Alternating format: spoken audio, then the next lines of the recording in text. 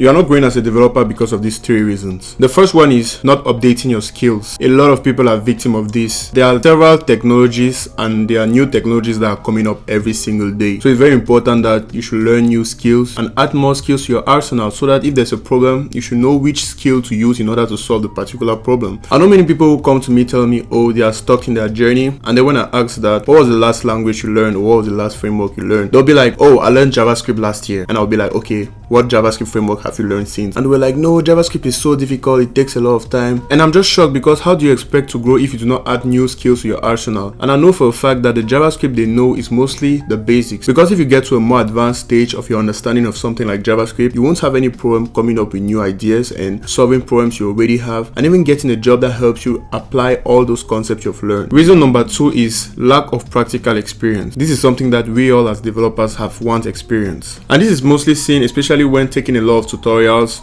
just regurgitating what you've seen in a video and trying to do the same thing while not trying to solve problems on your own and actually learn. A lot of people call this tutorial hell, and I like to call it the programmer's prison. So it is very important to hop on projects yourself and actually try to solve problems so you can have this hands-on experience you need to actually grow. And the final reason is the fear of failure. I remember when I was in my second year of college, I remember having this fear of learning advanced Java concepts. It was a fear I couldn't explain, but anytime I sat in front of my PC trying to code, when it's time to get into the more advanced concepts like multi-threading, sockets, stuff like that, I just have this fear that I cannot explain that just stops me from actually learning, and the next best thing I see that I can do is actually go on my phone and browse or go to bed. I had this friend who gave me this simple advice that be patient, go step by step and read in between the lines. When I started applying that is when the fear started reducing, because I was able to solve the problems that I didn't know I could solve before, and bit by bit I was able to conquer the fear. So you have to normalize doing difficult things even though it's scary at the beginning. You have to normalize taking on challenges, and that's actually how you grow.